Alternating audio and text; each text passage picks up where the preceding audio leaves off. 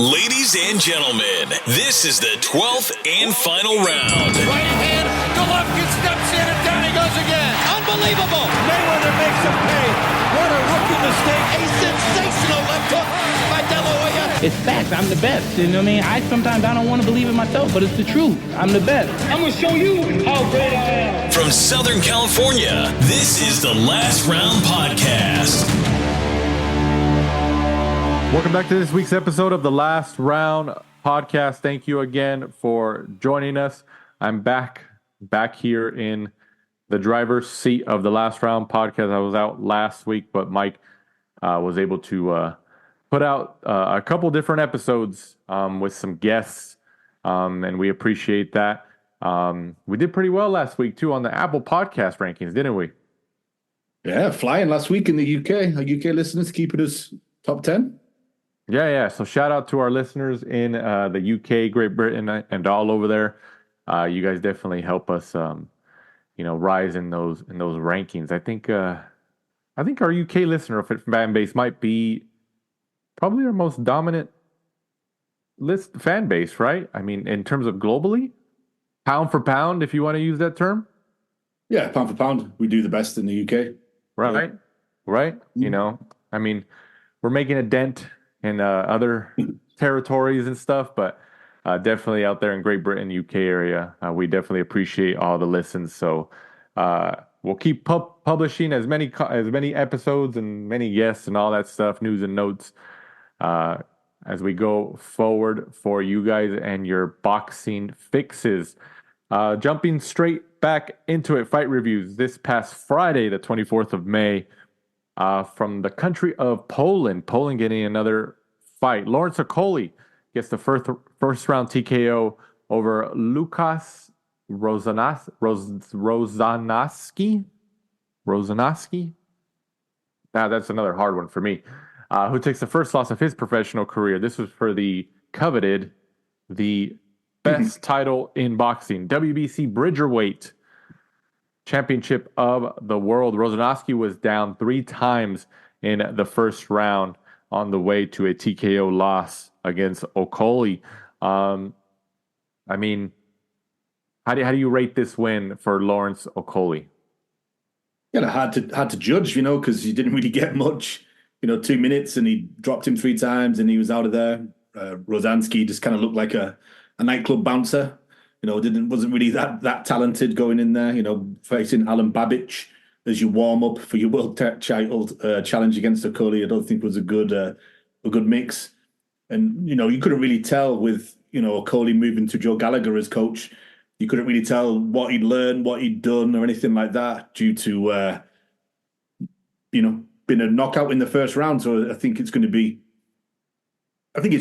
to be a stepping stone. I think hopefully he just kind of tested the water in the Bridgerweight division on his way up to heavyweight, and just picked up a title so he can say, in the future, 2-weight world champion or maybe even 3-weight world champion if he manages to pick up a strap in the heavyweight division. So, yeah, not a lot to really say. I think it would have been more surprising if Okoli struggled in the fight or if Okoli lost the fight rather than he kind of just went in there and did what he should have done.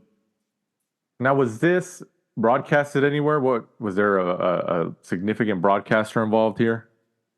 I think it was broadcast in the UK. I couldn't find it over here. I had to just use. But where in the UK? I mean, should one of the big ones? I'm trying to think. Was Boxer involved in it? Since Okoli's, one of theirs. I don't know if Sky Sports maybe had something on their YouTube or something on their channel. I'm not too sure, to be honest with you. I couldn't find it over here. Luckily, someone streamed the whole 2 minutes on Twitter. Yeah. Well, wasn't Boxer? Didn't they have a deal, or do they have a deal with Sky? Yeah. I mean, obviously they took Okoli from Matchroom because obviously there was all that furore about his contract. He was saying that it had expired, and Eddie said he had one more fight left and stuff like that. And then obviously he went to Boxer and ultimately lost his world championship to Chris Billam-Smith straight away. That's true. That is true.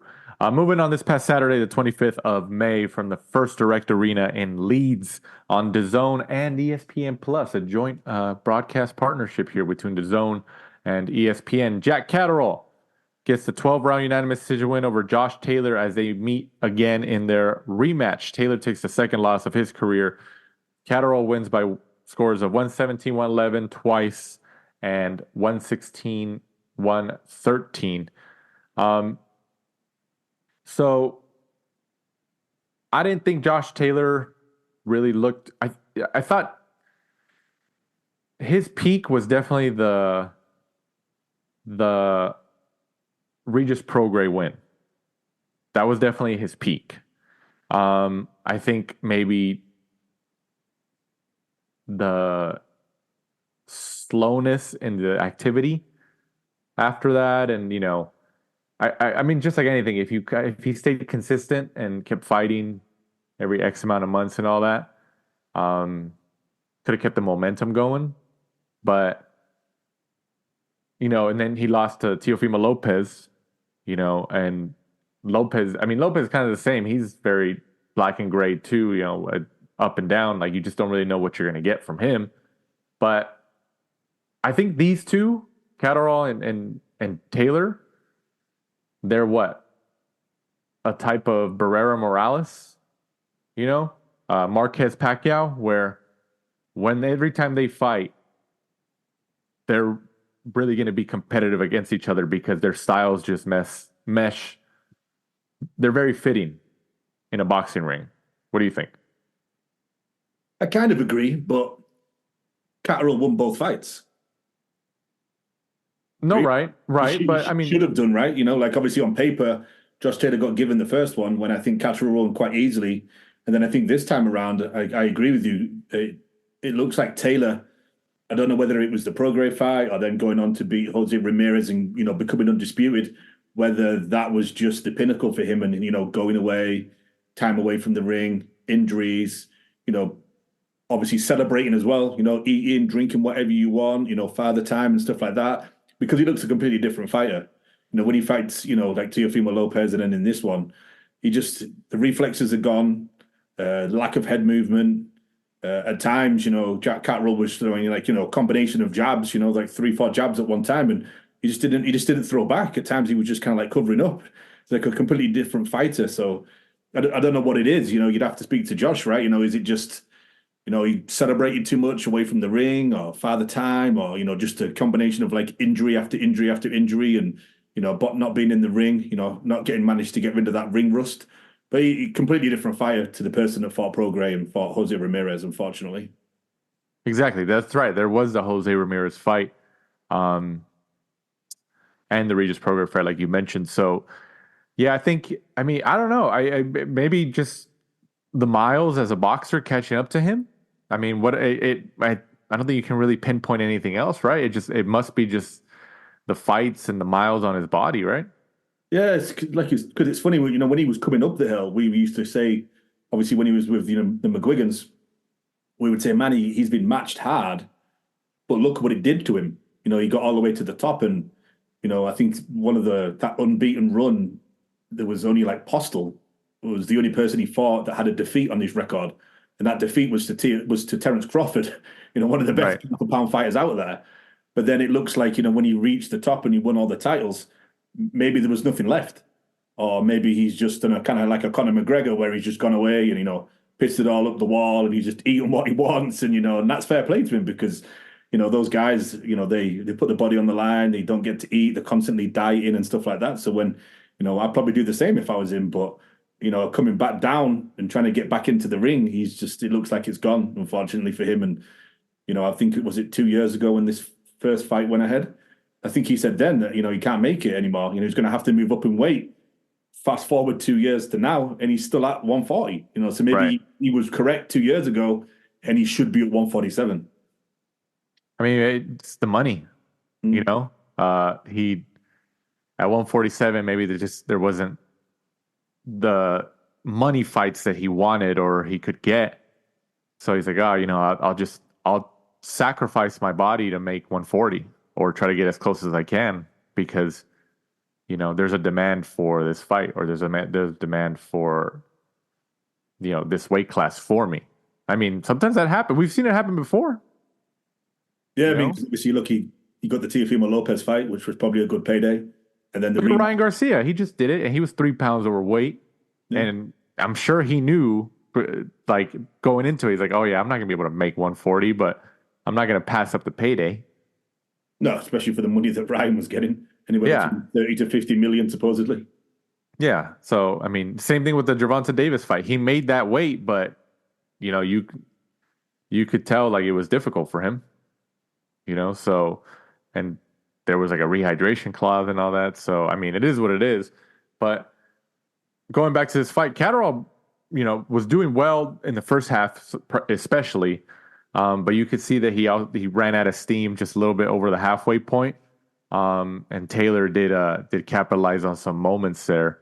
So it's not it's not like this was a bad fight. This was an exciting fight. That's what I'm saying. That yeah, I know you said Catterall won both fights. I mean, how you put it, I get it. But on paper, Taylor won the first fight. So they're split on paper. Record-wise, they're split.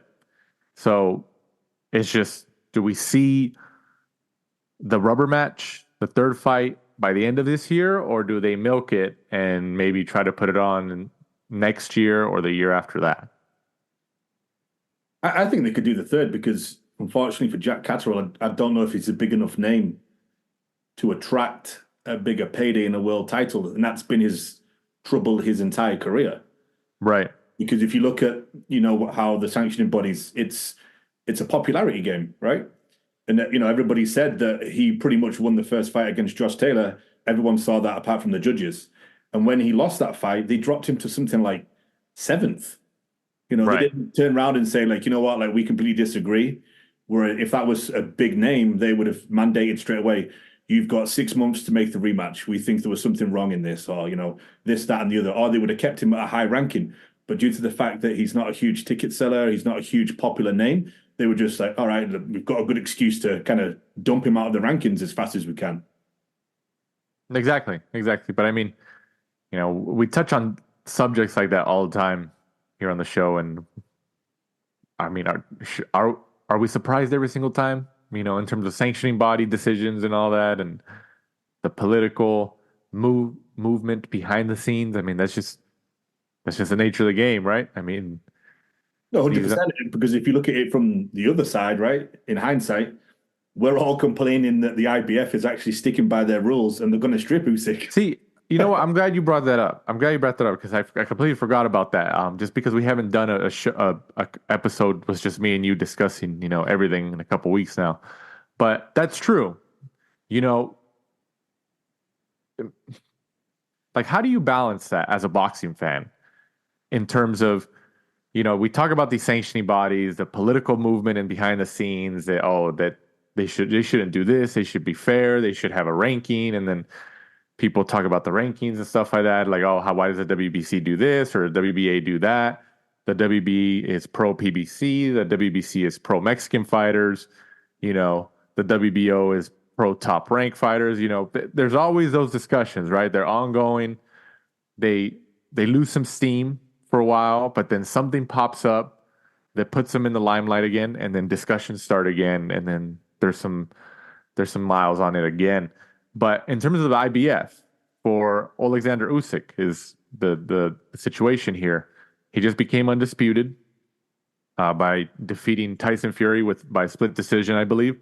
And the IBF, if they haven't already, they said that he has to defend it or make a deal with, I forgot who it was, but is it Filip Hrgovic? Okay, so Hrgovic, or else they're going to strip him. And then people are like, oh, he deserves it. You know, like, well, I can't believe the IBF would do this. They need to, you know, just break their rules for once. You can't. Like, how do you find a balance for that? You know, because I understand. Like, hey, you know, he just won the title and stuff like that. It's not that I can't understand that, but as soon as you give a little bit to one situation, however much you like that fighter or you don't like that fighter, or however emotional that victory of that fighter made you, then you start losing credibility for the whole process. Because if it happens again later and it's a fighter that you don't like, or it's a a promoter that you're not that big a fan of, or a broadcaster you're not that big a fan of, or vice versa. And then something like that happens again. They're like, oh, wait a minute. No, they need to strip them. They need to follow their own rules. Like, how do you, I know we've touched on this 1,000 times, but like I said, it loses steam sometimes, and then something happens and it brings the subject back up again. How do you balance that? Like, is the IBF like, should they follow their rules, which obviously they are, or should they be like, okay, Usyk? I think they're in a lose-lose situation regardless. I personally think it should be up to the fighter, like whoever's the mandated, or Hrgovic. It should go to him, and if Team Usyk can offer him a huge pot of money and say like, hey, dude, like you step aside, obviously we're going to, do the Undisputed rematch, here's X amount of million. If Hrgovic is happy with it, then everyone's happy because he's going to get paid to step aside, and then he's guaranteed the fight anyway. But if Hrgovic turns around and says, absolutely not, I want the fight now, then I think the IBF maybe should have to go through with it and then just announce it like, hey, Hrgovic was offered a step aside money, he's refusing. Unfortunately, we're going to stick by our rules. Yeah, I mean, I remember we've had a guest in the past, I think more than one, and they were fighters where they told us like, oh, so you hear these reports of people getting step aside money, and this guy like did pretty well in his career. I don't want to mention any names, but he's been on the show before. And then we talked about like step aside, and he said, he's like, people don't get step aside money. Like if they're not high profile names, and people are like, oh, so and so got step aside money, that's why this fight happened. If they're high profile names and they have the leverage, like, hey, I'm popular, or I got, I'm good, I have the name, so maybe I could see a step aside. But then that guest that we had at that time told us not during the show, but after the show, he's like, they just say that. He's like, nobody gets step aside money. He's like, because these people, they try to call the bluff of the promoter or the fighter with the title, and they say, I want step aside money. And then they're like, no, you're not going to get it. Just wait in your spot. Either you wait or you're not, because, they're not going to strip me. Like, is Hrgovic really going to get paid? Is Usyk really going to pay him $1 million, $2 million just to keep his belt? Is it worth it that much to him? I mean, Usyk's already undisputed. He's in the history books. He became undisputed. In the heavyweight division, there's enough money kicking around that you could probably afford a good step aside fee. But if you're looking at like the flyweights, where the world championship fights are like $100,000 and stuff like that, then no, you're not really going to step aside for what, $5,000? Right? Like it's not really worth it. But yeah, for an example, Jack Catterall told me, I was with him in Vegas watching the Josh Taylor Jose Ramirez fight. The fight that he stepped aside for, he got paid nothing. Yeah, see, that's exactly. I knew there was another example that I was thinking of, and I was like, I know because we touched on this subject before. That's right. Like, you got direct confirmation. I was with him. I watched the fight with him, and we're talking about his fight right now. He just fought. Yeah. Like that's exactly what it is. Like, if you don't have the leverage or the star power, they're gonna just be like, oh, you just wait in line. Like you can say like, I want this money to step aside, but if you don't have the leverage and the star power to really flex your muscles, they're just going to be like, they're going to treat you like a little kid. Like, oh no, you got to wait. Like our reputation is bigger than yours. And there you go. There's one example. Catterall, I mean, obviously he won and it's better for his career now, more momentum, but he's like, oh yeah, they didn't pay me anything. He's like, they said they did, but they didn't. Yeah, paid him nothing. Pretty much big dogged him. Because I think at the time, I don't think he was with a big promoter, because Josh Taylor was with Top Rank, and he only recently signed with Matchroom. So I think he wasn't with a big name promoter at the time. So he didn't really have any kind of like leverage, and the WBO pretty much just told him like, you step aside. Josh Taylor said he's going to fight you, and then, no compensation for it. Right. Yeah. So there's a prime example right there. So I mean, yeah, the whole rules and stuff like that, like people can complain and all that, we'll complain on here and we'll discuss it, we'll analyze it 10 times over. But all these sanctioning bodies are all private entities.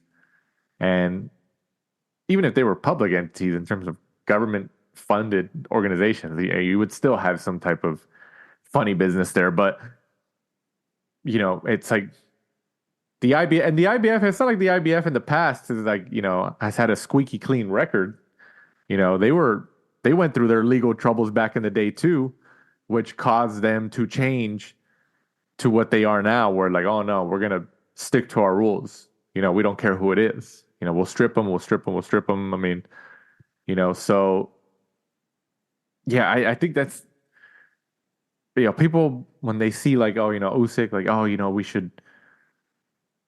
they shouldn't strip him. He's undisputed. He just got it. I don't know why they can do this. And then later on, when it's a fighter that has a belt that they don't like, or just narrative that goes on. I mean, then they're like, oh, he needs to follow the rules. They need to follow the rules and take his belt if he doesn't want to make a deal with so and so. I mean, it's like, it is a sport. You're going to be a fan of your respective people, of your respective teams. Even in contract negotiations for other professional sports, baseball, basketball, football, soccer, or football, however you want to categorize it. There's free agents or people, going to sign with new teams or whatever. People are like, oh, so-and-so our team needs to offer him this. We need him, or he needs to accept this offer to really help out the team, and, et cetera, et cetera. I mean, it's kind of the same. It's not even kind of the same. It's the same thing over here. It's the same thing. It's a professional sport. There's business involved. Like, business will always interject with the actual sport. It does. So people who always, I remember seeing there was a back and forth exchange within the last couple of years between, I forgot who it was, but it was somebody in boxing. Somebody's been in boxing for a while. I don't know if it was like a promoter, manager, or something. And I think they were getting into it with ESPN's Mike Coppinger. I believe it was Mike Coppinger.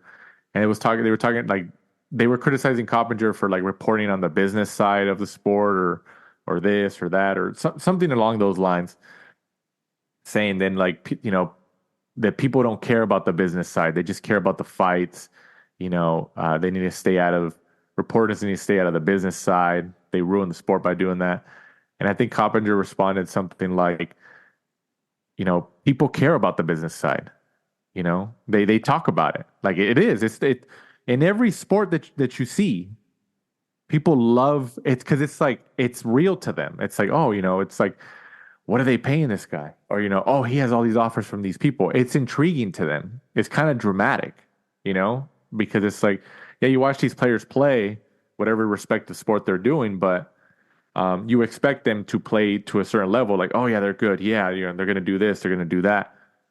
But then when they're free agents or they have the ability to go wherever they want, it's like, oh, okay, who's going to take the prettiest girl to the dance? Who's going to impress that athlete, essentially?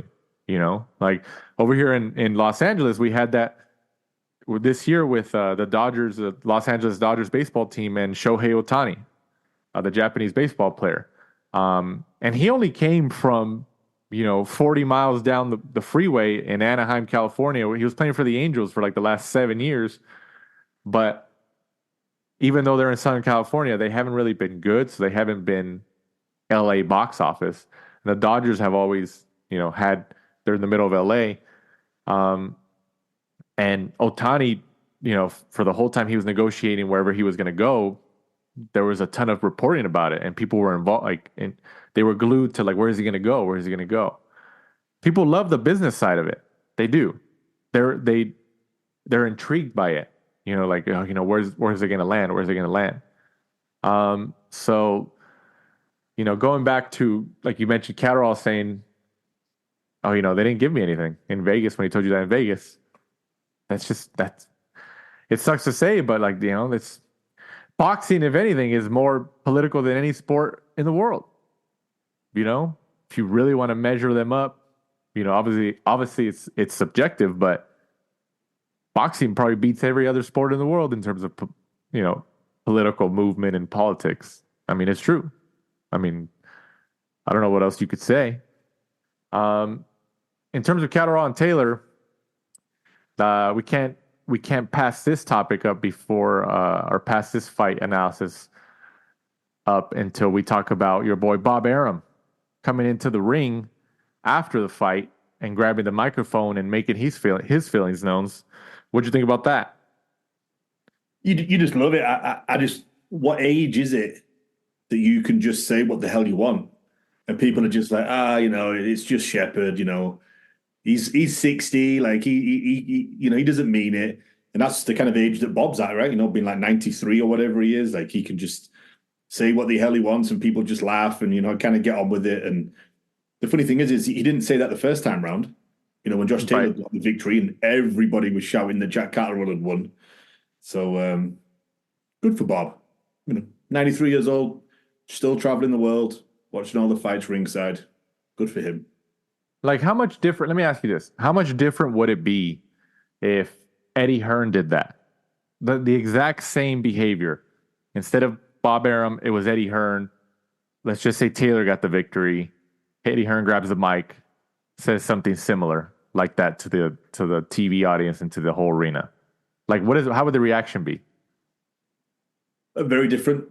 Very different. Just because Eddie's always under a microscope because of the PR showman type of thing that he is. Bob Arum gets the pass because he's older, right?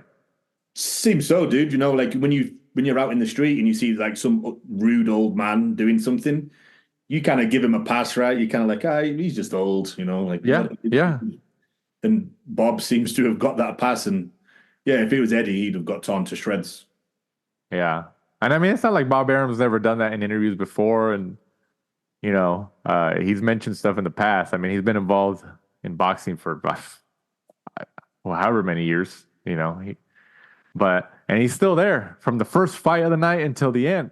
He's sitting right there ringside. So, yeah, I mean, if you had to put money on it, does a third matchup happen by the end of this year or next year and beyond?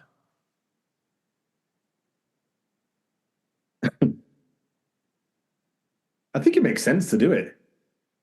Because there's not, looking at it, there's not where do you really go? Like, Devin Haney, Isaac Cruz. I don't really see that those fights coming as easily to Jack Catterall. So, why not just do that one? It's been, the first fight was okay, second fight was pretty good. Why not do a third one? The Leeds fans, there's a good arena, good atmosphere, stuff like that. So, just run it back. But even though this fight was, rearranged several times, due to injuries to Josh Taylor. So I suppose it maybe depends on how Josh is as well, physically. Maybe he's going to have to go up to 147, or right. Is he going to have to call it a day? Maybe, his body's telling him like, hey, like enough's enough. Right. No, exactly. But yeah, they'll fight again, but it just depends on when. But yeah, they definitely found them finding each other in terms of like common opponents like that. Like every time they fight, I think that it'll be competitive. I would think. So yeah, there'll be entertaining fights for sure. Moving on, also on that card, Siobhan Clark. Did I pronounce that right? Siobhan Clark, 9-0, gets the 8th round knockout over Ellis Zorro, who takes the second loss of his career. This was for the vacant British Cruiserweight Championship. What do you think about this fight? Kind of boring until the knockout, really. I thought Siobhan Clark could have kind of jumped at him a little bit earlier. Zorro looked like he was kind of there, just kind of like fuddling his way through the rounds, to be honest with you. And then, kind of like backed up onto the ropes, kind of like waved Siobhan Clark on, and then boom, big right hand. That's what sorted it. And the fight definitely needed it. It was kind of like petering out. There wasn't really any momentum to it. It was, a bit of a boring fight until Clark, managed to unload and kind of made us all forget the previous 7 rounds, thankfully. Also on the card, Gary Coley improves to 18-1 with a 10-round unanimous decision win over Francisco Patera. Takes the 5th loss of his career. Coley wins by scores of 98-92, 96-94 twice. And also Paddy Donovan remains undefeated at 14-0 with a TKO in the 9th round over Louis Ritson, who takes the 4th loss of his career. What do you think about Donovan's win over Louis Ritson? A good win over someone like, Ritson, to be honest with you. Especially on the British scene. Obviously, Ritson was kind of known at the time when he was coming through. He was knocking people out. Obviously, now he's up at like a heavier weight division and the power's not really carried through. But I thought Donovan did well at times, sometimes struggled to kind of break down Ritson, but eventually got him out of there. I thought it was a good stoppage. Ritson didn't really complain. The corner didn't really complain. And unfortunately for the northeast of England, that might be the last time we see him. You think so? I think so. I think he said something in the interview afterwards that might be it. But, obviously when you go away and kind of calm down and, the adrenaline's gone, like he may decide, like, you know what, I've got a couple left, or, does he really want to go out on like a loss? He's still a big name in the Northeast. I'm sure he could have like one last kind of homecoming fight where he gets a W like Anthony Crolla did. Moving on to fight previews this upcoming Saturday, the 1st of June. I can't believe we're coming up in June already. From the Kingdom Arena in Riyadh, Saudi Arabia on DAZN and ESPN Plus. Once again, these broadcasters partnering up for the WBA and IBO Light Heavyweight Championship of the World. Dimitri Bivol, 22-0, goes up against Malik Zinad, 22-0 as well. Identical records here. Obviously, Bivol was scheduled to fight Artur Beterbiev in an undisputed light heavyweight championship title fight, but Beterbiev, I believe, suffered an injury, so it had to be rescheduled here. So, I mean, assuming Bivol retains, then hopefully in the near future, in the next 5 months or so, we see Bivol and Beterbiev for the undisputed light heavyweight championship of the world. So I'm sure to a lot of people, Malik Zinad is quite unknown. What do we know about him? Because it's what, when you have one of those unknowns, sometimes those are the most riskiest opponents. So I had no idea who he was, obviously, when the fight was announced. 30 years old, from Tripoli, Libya, but fighting out of Malta. Ranked number 8th in the world right now. And he hasn't got a fight or a victory over anybody that I recognize. So if he beats Dimitri Bivol, it would be a huge surprise. No, right. But like I said, like sometimes those ones with the unknowns, you don't know anything about them. So like, you think, okay, the other guy like Bivol has a bigger name. He beat Canelo Alvarez. He's beat these other guys. He beat Gilberto Ramirez, and he's been a heavyweight champion for quite a few years now. But you fight these unknown guys, and you lose. I mean, should we worry about the Zinad affecting the undisputed? You never know. Zinad could be like, hey, I'll fight Beterbiev undisputed in a couple months. There's one thing about him. He likes to travel. Looking at his record, he's fought in like Belgium, Great Britain, Sydney, lots of other countries. So, that's not going to affect him, I wouldn't have thought. But being in there with someone as professional and as disciplined as Dimitri Bivol, I don't think somebody like that would overlook him and be kind of thinking like, I just got to get him out of there, and then, we'll get the big, Beterbiev fight in, because I think he's just a super professional type of person. And I think Bivol will come out with the victory. And I hope so, because I think we all want to see the Beterbiev undisputed fight. So please don't spoil it. No, right.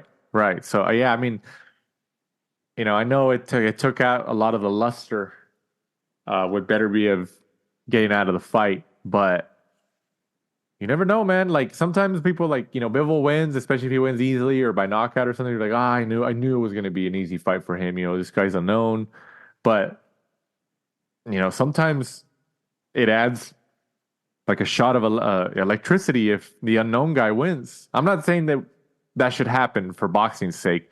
Obviously, we want to see Bivol versus Beterbiev in terms of name versus name, undisputed and all that stuff. But, people sleep on these unknown opponents sometimes, and those are the guys that end up giving it all their effort and winning the fight. So you never know. You never know. So we'll see how it turns out. And then also on the card in the 5-on-5, heavily promoted 5-on-5, Eddie Hearn versus Frank Warren. In the first fight, Deontay Wilder, the Bronze Bomber, 43-3. I'm sorry, 43-3-1, goes up against Zhilei Zhang, 26-2-1. Hey man, I like this fight because I don't think you really know what you're gonna get here.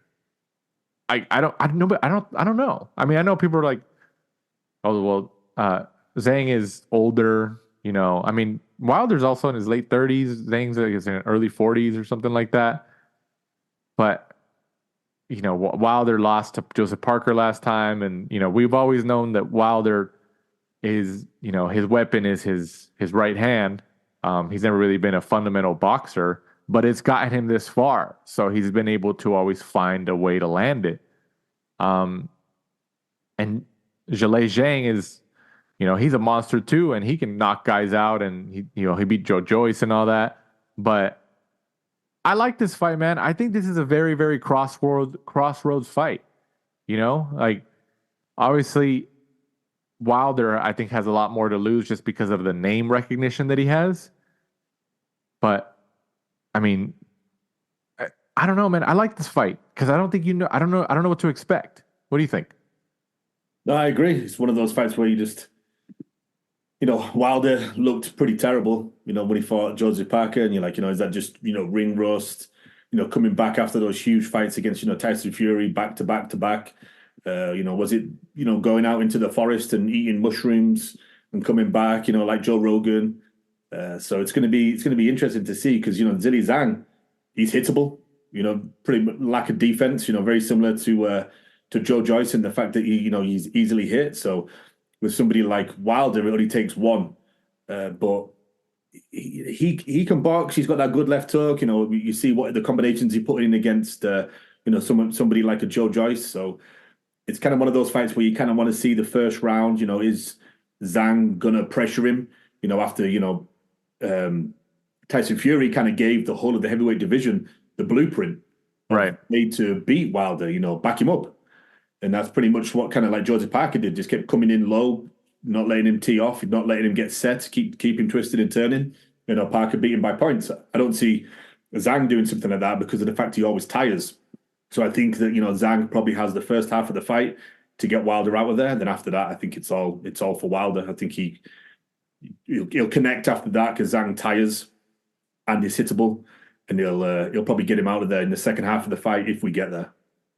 Yeah, I lean towards Wilder as well, but like I said, it's still one of those, like, you don't know what to expect. It's a crossroads fight for both, and obviously, the Kingdom of Saudi Arabia, Turkey Al-Sheikh wants to see Wilder versus Anthony Joshua. Like, I think he wants to make that. I could, you know, because I don't know, because I'm sure a lot of people wanted to see Fury versus AJ, but, you know, I mean, Usyk's already beat AJ twice, right? Yep. Yeah, so people wanted to see Fury versus AJ for the undisputed titles, but obviously that didn't work. But Fury and Usyk seem like they're going to rematch in the future. So I mean, the next big box office fight is Wilder versus AJ, right? Yeah, you'd think so. I mean, pretty much whatever Turkey decides, he's got all that money. He's got a war chest. Whatever he wakes up in the morning and thinks, you know what I want to do? He's just playing computer games in real life, that guy. Yeah, that's exactly what it is. Yeah, I mean, that just goes to show you, know, the money that's there and all that. I mean, you know, it is what it is. But I mean, yeah, Deontay Wilder fighting on PBC for so many years, and you know, now fighting on DAZN, and now even ESPN and in Saudi Arabia and all that. You know, especially with somebody like Steven Espinoza being so against, like, you know, Saudi Arabia and, you know, not wanting to do business over there and all that stuff. Like, you know, because of the politics involved in terms of the country's politics. But the guy comes in with the checkbook, and boxing needs, you know, the money, you know, like people, they're going, they keep going over there. You know, the guy, he's got the checkbook. he's making us money, and he's paying. I mean, who knows that these events are even making money? I'll bet you they're not even making money, but like they have so much money over there that they're like, oh, we don't need to make money. Like we have so much money that we can just put on these events as like leisure and entertainment. Mm-hmm. Like there's no profit over there. There's no profit. But it doesn't matter. Like they're doing it also as a commercial for the rest of the world to advertise the country. Like, hey, we want tourists. We want people to come to Saudi Arabia. I mean, I think Turki Al-Sheikh said that in an interview, I think with Ariel Helwani, I believe, where he was talking about the LA card that they're going to have in August, I believe, headlined by Terrence Crawford, and then also Virgil Ortiz and Tim Tszyu are on there. He wants that to be like a commercial or an advertisement for the Kingdom of Saudi Arabia, for like American fans and big market and a big market like Los Angeles. I mean, I think everybody's known that. That's what they've been doing. Like they're trying to help the image there and get more tourism from international tourism to their country. And, I mean, I don't think they're hiding it. He's already said it in an interview. He's like, I want to do it like as a commercial for the Kingdom of Saudi Arabia. So they're not making money, but they have so much money that they can put it on. Like, hey, the marketing behind it in terms of our country is worth it. I mean, who knows how much money they have over there? Who really knows? But it obviously doesn't seem like there's an end. So it is what it is. Also on that 5-on-5, Dynamite Daniel Dubois, 20-2, goes up against Filip Hrgovic, who we just talked about. The undefeated Filip Hrgovic, 17-0. What do you think about this fight? Intriguing fight because they're both flawed. Yeah. So it's going to be interesting to see. I thought Zhilei Zhang beat Hrgovic, but he was gifted it. So it's going to be interesting to see, with Daniel Dubois, because obviously he has that, I don't know, does he give up, type of thing, when he fought Joe Joyce, even though he had his orbital smashed, but people seem to think that he kind of gives in, he doesn't have the heart. So this is going to be an interesting fight when he fights Hrgovic, because winnable fight for him, kind of a good test for Hrgovic as well, because I think he's, in my opinion, a little bit overrated at the minute. If you're asking me for a pick, I'm going to go. I think I'm going to back the Brit. I'm going to go Dubois.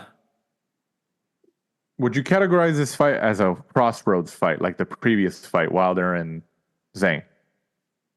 Kind of a little bit early, especially in Dubois' career, to be crossroads. But it would be another defeat on his record, right? But he is super young, especially in terms of a heavyweight. I don't think it is. Yeah, I don't think, because I think he's got time to rebuild. Especially with, like, if you look at the top of the division, a lot of those guys are getting older, like, the Wilder, Joshua, Fury, even Usyk. Those guys are kind of, closer to the way out. And then you've got, Dubois coming through. He's kind of like the next batch, isn't he, of heavyweights coming through, so. Right. Yeah. How old is Hrgovic? Hrgovic is, I have BoxRec pulled up, so let's. Because Dubois is in his, early, mid-20s? Something like that? Yes. Come on, it's not loaded. Because Hrgovic, I think Hrgovic is maybe 30? Yeah, he's 31. 31. And Dubois is 24. 20, a little bit older, 26. Oh, okay. We were right there. So, yeah, I mean, I don't think it's a crossroads fight for either of them, but I think a loss for Dubois is a little bit more damaging than a loss that is for Hrgovic, even though Hrgovic is undefeated. Does that make sense? In terms of like profile and all that? Right. No, I get that. I tell you one thing for Dubois, though. If you look at like his record since, losing to Joe Joyce, he's fought, Usyk, Gerald Miller, and now Hrgovic. Kind of came back in with wasn't really turning down fights. I mean, that's what you got to do, right? I mean, look at AJ when he lost to Ruiz. He came back and he started fighting all these guys, and he got back on a winning streak. And look at where he's at. Look at what Ruiz winning that title, and then they're rematching, and AJ winning it back. Look at where AJ is right now, and look at where Ruiz is at. I mean, yeah, they're multimillionaires and Ruiz is still well off, but like the AJ's still the guy. He's still on top. Ruiz is not. I mean, if you look at it financially, Ruiz probably like, oh, I'm on top still. Nothing wrong with that. I get it. In terms of glory and being an athlete, obviously AJ was like, oh, I'm gonna, he figured it out and he came back and he started a winning streak and started fighting all these other guys, like really good competition, and he got back into the fold. So yeah, I mean, we'll see what happens between Dubois and Hrgovic, but this is a good fight too. Very, very, very even. Would you say even fight, 50-50? Yeah, I think because they're both just, have little flaws here and there. They're beatable, because like I said, I think Hrgovic lost the fight to Zhang. So it's going to be interesting because, the way that Dubois tries to box, and then, it's just with the change of trainer as well, like, a few fights ago, just to see what he's learned and where he's at. Also on the card, Rayomond Ford, 15-0-1, goes up against Nick Ball, 19-0-1, for the WBA Featherweight Championship of the World. What do you think about this fight? Great fight. I like this one. Ford coming back, Nick Ball fought the giant, Ray Vargas, and I know a lot of the fans thought that he should have won that, thought that Vargas was gifted a decision, and then boom, straight back in for another title fight. So good fight for him. But Nick Ball's always good to watch. Ford a little bit more of a boxer, so it's going to be a good stylistic matchup. But yeah, looking forward to it. It's a good card, really. Oh yeah. They really, Turkey Ali Sheik really opened up the checkbook. He's like, oh no, you guys are going to make all these fights. Like he's definitely it's been a while since we've seen like a person in boxing come in and just be like, oh no, you guys are going to do this. Like, and this is why. And he's definitely doing it. Also on that card, in that 5-on-5, the fourth of the fifth five fights, Hamzah Sheeraz, 19-0, goes up against Austin Ammo Williams, 16-0. Another matchup right there. What do you think about this? Might be one of my favorites, actually. It's good just to see where they're both at, because Ammo Williams, I think, blows a little bit hot and cold. Hamzah Sheeraz has kind of come in, done what he's needed to do. Big step up from him, though, really, I think, to be fighting someone like Ammo Williams. But I think stylistically, it's a great matchup. I think Sheeraz is probably going to have the height and reach advantage against someone like Williams. Williams might have, the power advantage and looks a little bit maybe thicker, so he could be a bit stronger. But yeah, great matchup. I think Sheeraz is looking better and better, especially with coming over here, to the US, but to California. I think he probably gets a nice variation of, sparring out in the LA County. So I think that's going to do him well.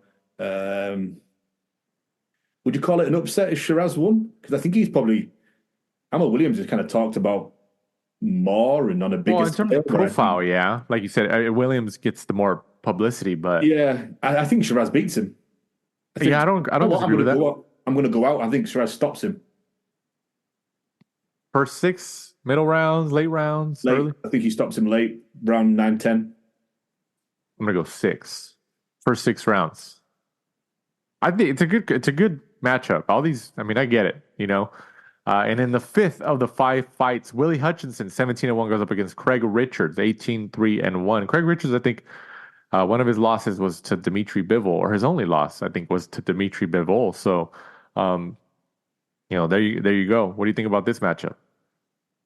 Not as intrigued on this one. I think Richards takes it. I think Willie Hutchinson kind of hit the scene. A lot of people were very high on him. Had that loss, then came back, got onto the winning streak, and it's kind of flown under the radar a little bit. So maybe he's been kind of working behind the scenes and he's going to surprise me.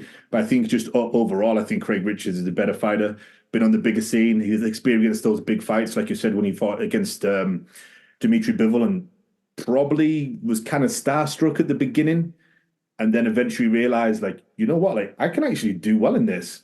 And then kind of came alight and started winning rounds, but he'd left it too long. Like, he was kind of starstruck by the overall event. Like, oh my God, what am I doing in the main event against Dimitri Bivol?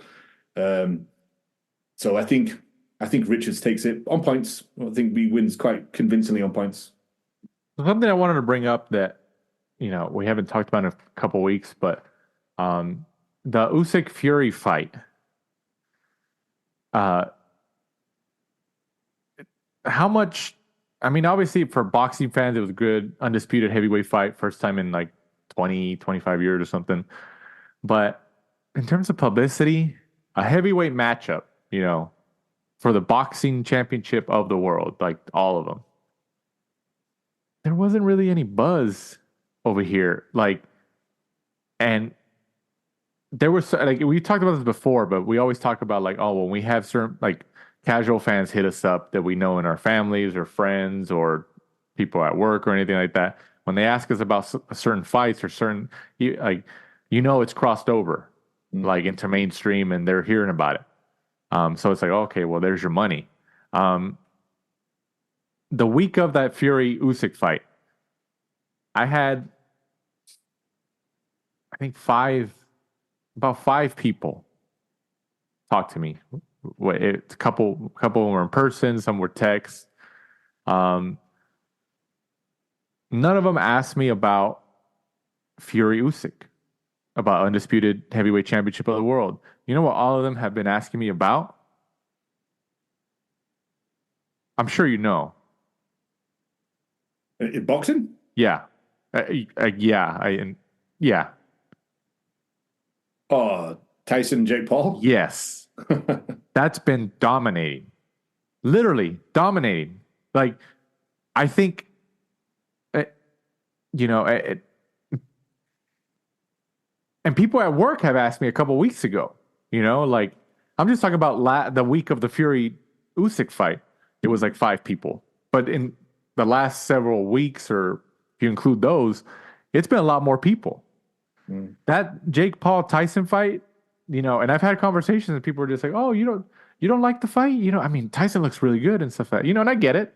There's, nothing wrong with it. And I'm just oh, well, I was I'm, and then I had to repeat everything I say. I was oh, well, I'm more of a hardcore fan, and then they say oh, well, you should talk about it on your podcast. It's just well, yeah, no, we touch on it, but, I get it, but it's high profile people, it's just celebrities with the star power and the athletes.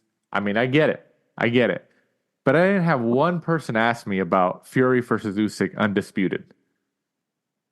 And there was I think there was 2 of them that I told them, I was they were because there's a couple people who always ask me, hey, what good fights are coming up? And there was one, I think 2 of the people who asked me during those conversations, after they asked me about Jake Paul versus Mike Tyson, they asked me, oh, any other good fights coming up? I was yeah, there's an undisputed heavyweight championship fight this weekend. They were what? Heavyweights? I was yeah, Tyson Fury versus Oleksandr Usyk. They didn't know who Usyk was, but they've heard of Fury. And they said, oh, where's the fight at? Is it in Vegas? I've never heard about it. And I was oh, it's in Saudi Arabia. And they're Saudi Arabia? And it's at 2:00 in the afternoon over here, and at least in the west coast of the United States.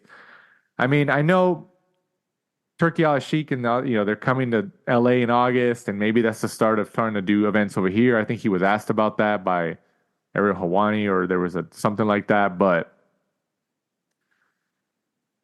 having these fights over there, for us, it's we watch them, we keep an eye, we have our finger on the pulse, we're fans. But in terms of the health of the sport, and to make these fighters have bigger profiles, it's not going to help.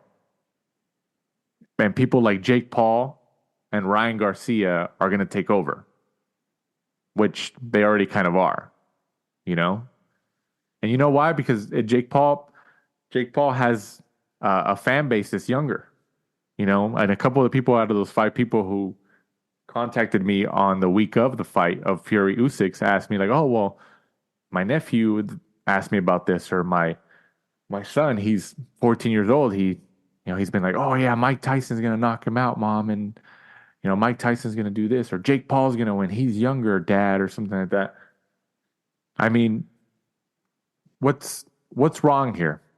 It's the only way is if beginning in August, when they have this LA card, if they got to start having, if they want to do commercials for the Kingdom of Saudi Arabia, they got to start having 80% of these fights outside of Saudi Arabia, in the United States, and even in the UK. Even in the UK. You have to, right?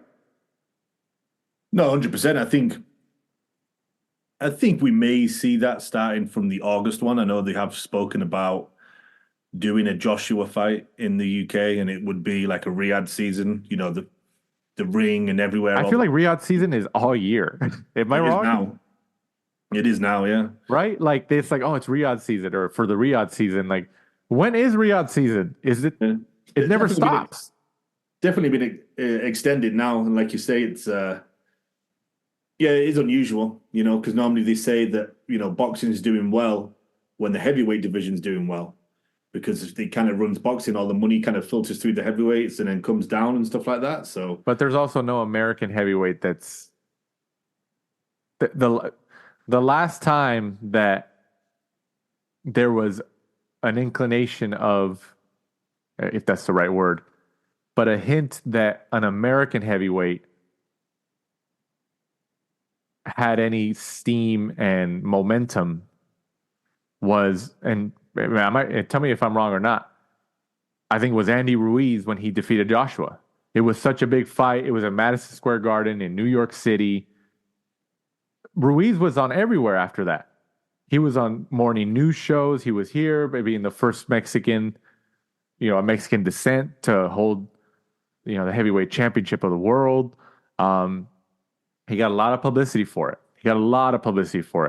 I think he was on Jimmy Kimmel, the late night show over here in the United States.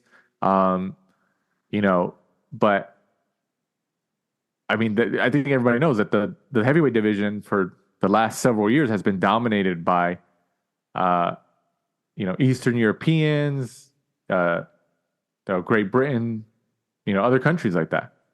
Which is, I mean, it's nothing wrong. I mean, for us, we're still watching. We don't care. But in terms of, the United States and all that, I think Andy Ruiz was the last one to have some type of publicity behind it, and it didn't work out. Not Wilder? No, I wouldn't even say Wilder. Even though he had a world title, like, I mean, could you say that he really crossed over? I don't really think he did. I mean, maybe when he was fighting Fury. I think when he was fighting Fury, he was on Joe Rogan. Tyson Fury was on Joe Rogan. I mean, that might have been his peak, but even then, like, I don't think Wilder was on like late night shows and other stuff. And I mean, I don't know. I mean, and I'm talking about, like, look at Ryan Garcia now. Ryan Garcia, for his fight against Devin Haney, regardless of what's happening in the B sample tests and the popping of the PEDs and all that. I mean, leading up to the fight, he was doing all these interviews on podcasts and everything, these big podcasts. And even after the fight, he was taking his victory lap, going on more podcasts and this and that. And, regardless of how people looked at how he was publicizing the fight, he was taking advantage of the digital footprint. He was. I mean, I don't know. I just thought it was so like going back to our original point. People were asking me about Jake Paul and Mike Tyson, and they're still going to keep asking me about Jake Paul and Mike Tyson. They are. I mean, there's a reason why Netflix chose that, whether you want to categorize it as a real boxing fight or not. There's a reason why they chose that fight as their first event. I think is there their first sporting event? Is it? First live one, maybe. Right? So, I mean, there's a reason why, right? Because entertainment. They couldn't, I mean, if they would have approached like Canelo Alvarez, if he's like, oh, you want to fight Crawford on Netflix? Like, would Canelo and Crawford have been like, oh, no, but we want to get paid? Or or could Netflix have been like, oh, well, you'll get paid, but like, we're not going to pay you anywhere near what you're asking for. Like, you being on our network, Netflix is one of those that they have the power. They're huge. They're huge. So, yeah, man, I don't know. I mean, in terms of our internal measure of fight publicity and marketing, nobody asked me about Fury Usyk. They didn't really know about it. They didn't. And it sucks, but it didn't cross over. And I mean, I don't know. I don't know if people asked you about it, but yeah, nobody asked me about it. I think I got one text on the day from somebody at work asking me who we should bet on.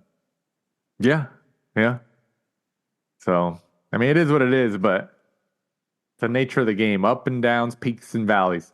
Moving on to news and notes section of this week's episode of the Last Round podcast. British heavyweights Joe Joyce and Derek Chisora will face off at London's O2 Arena on July 27th, according to Queensberry Promotions and Frank Warren's team over there.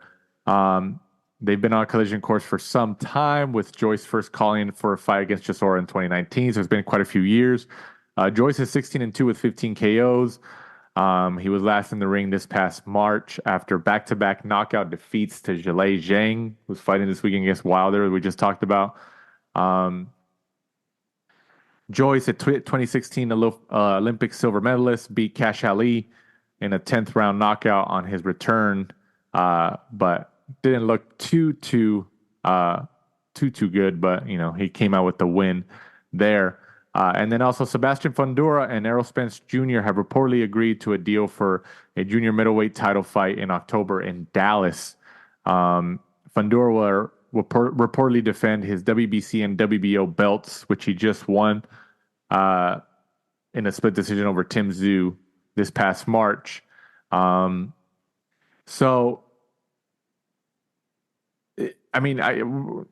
This is the weird, confusing part. I mean, I'm assuming it's going to be on Prime, but I think ESPN was the one who reported this, and I think they said that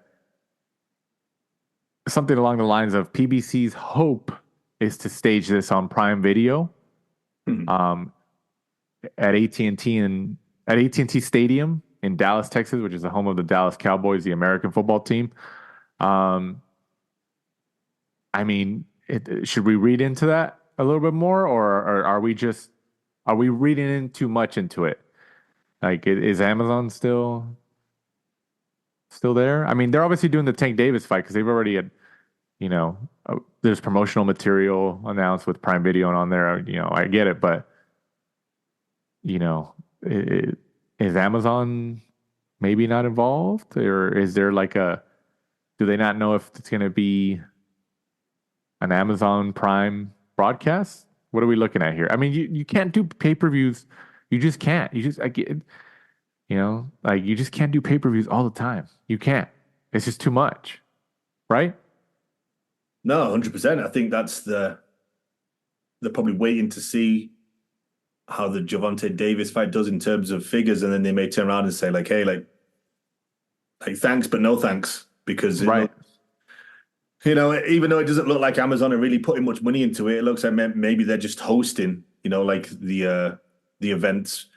But we don't have a calendar. There's no 3-6 months. Okay, this is going to be in June. This event's in August. This event's in October. And we've also seen these other PBC fighters jump ship to other promoters. Look at, we just talked about, Wilder's been fighting with DAZN and Eddie Hearn for a couple fights now. Cyril Matias. Yeah. He went to Matchroom, And there's other ones too.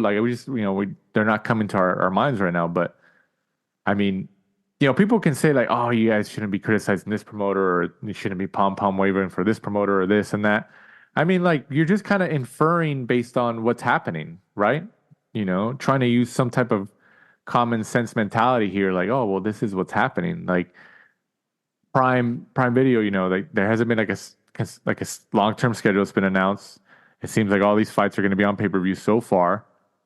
And Prime Video and Amazon they don't really especially going with Canelo Munguia, they haven't really been advertising the events until the day before of the actual fight. Yeah, they haven't. Yeah, especially for Canelo, you think they'd pump out all the stops, Yeah, but they haven't, and with the big reach that they have, they haven't. So I don't know. I think it's interesting, but I mean that you kind of infer based on the reading between the lines thing. They don't have that much stock in here, and they're just we'll put up our technology to stream the fight, but we're not putting up the money. Steven Espinoza has already said that PBC is paying for the production, and Steven Espinoza was hired to run the production team. So PBC is paying for the production and all that stuff. And there's a good chance that Prime Video, even though I think he said that Prime Video gave them a budget, which I'm sure there's something there, but it's definitely not Showtime and HBO budget.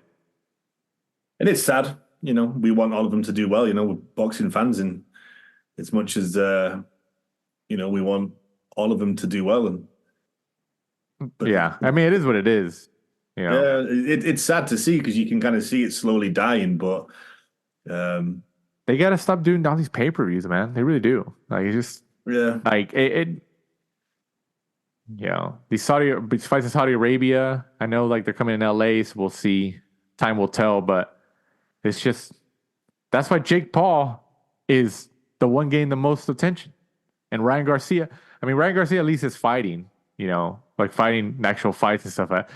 And Canelo's always there. He's the guy. But, like, right now, in terms of American or in terms of publicity, and it's probably Ryan Garcia, right? Yeah, it has to be. In terms of, like you said before, like, casuals coming up to me and asking at work, like, hey, when's so-and-so fighting and stuff like that. Yeah.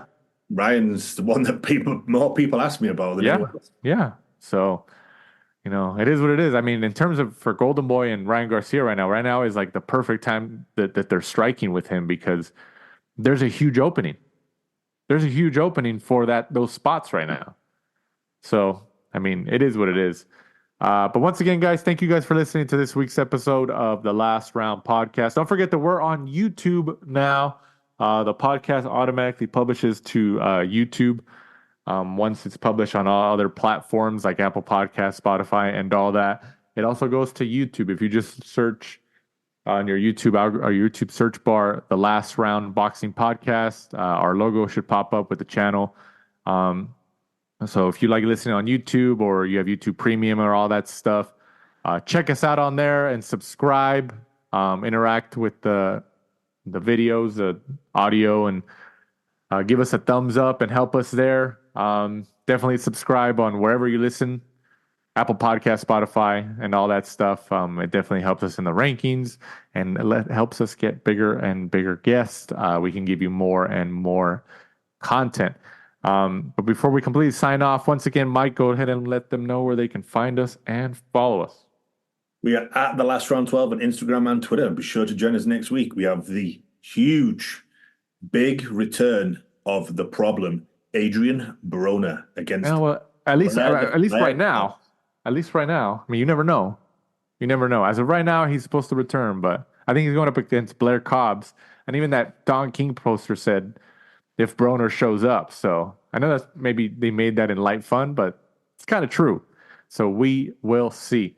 So once again, guys, for my co-host Michael Shepard, I'm Danny Z. This is The Last Round. Thanks for supporting and listening to the show. Follow us at The Last Round 12 on social media. Rate, review, and subscribe. This is The Last Round